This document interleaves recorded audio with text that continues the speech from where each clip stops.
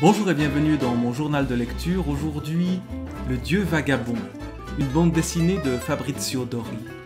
Une histoire de Dieu, comme l'était déjà, du même auteur, le divin scénario dont j'ai parlé il y a quelque temps. Qui est ce Dieu vagabond? C'est Eustace, un satyre, c'est-à-dire un compagnon de Dionysos. Et le livre s'ouvre sur un poème de Friedrich Hölderlin, Pain et vin. En attendant, il me paraît souvent mieux de dormir que d'être ainsi sans compagnon. Et dans l'attente, que faire et que dire, je ne sais. Et à quoi bon des poètes en un temps de détresse? Mais ils sont, dis-tu, comme les prêtres sacrés de Dionysos, qui de pays en pays erraient en la nuit sacrée. Notre Dieu, notre satyre, notre compagnon de Dionysos, qui s'appelle Eustace et qui est le personnage principal de cette bande dessinée, erre dans un temps où il n'y a plus de Dieu, où il n'y a plus les dieux grecs, ils ont été supplantés par le Dieu unique.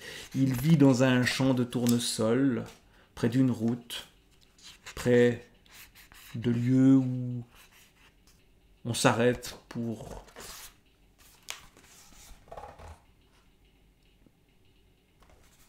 s'acoquiner avec des prostituées. Et il regrette le temps où il était un dieu. Il va se rapprocher de l'une de ces prostituées qui s'appelle Aline. Il va lui raconter son histoire et ensuite va commencer une nouvelle aventure, une aventure qui mêle le temps présent et la mythologie grecque. Il va rencontrer des personnages tout à fait étranges. Par exemple, un fantôme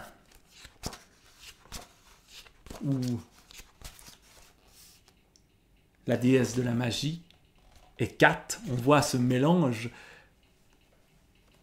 de mythes d'aujourd'hui, les fantômes, et de mythes anciens, Hécate, même s'ils sont liés. Il va également avoir pour compagnon un professeur, un connaisseur des récits de l'Antiquité. Dis-moi, Muse, cet homme subtil qui erra si longtemps après qu'il eut renversé la citadelle sacrée de Troie. On reconnaît le début de l'Odyssée. Et avec ce fantôme, ce professeur, notre satyre va tenter de retrouver certaines déesses, de retrouver un temps où les dieux grecs étaient vivants. Et cela va se faire notamment en descendant chez Hadès dans les enfers, comme on peut le voir ici par exemple. Cela va se faire aussi dans d'autres lieux avec des moments où c'est un rêve, d'où une étrangeté, une noirceur, mais soudain de la couleur, une fête foraine aussi, qu'on trouve vers la fin de cette histoire. Alors je ne vais pas raconter plus de cette bande dessinée dont j'aime beaucoup les dessins, à la fois originaux et évocateurs. Voilà. Ceux qui attendent le royaume des morts, mais aussi les déesses. Et finalement, notre satyre, que deviendra-t-il? Retrouvera-t-il ses compagnons, Dionysos et les autres? Ou restera-t-il à errer dans ce monde qui n'est pas fait pour lui? Voici la fin. Je ne sais pas si elle répond à la question. Il n'y a pas de mots. Mais les images parlent. Et c'est tout l'intérêt de la bande dessinée. Faire parler les images.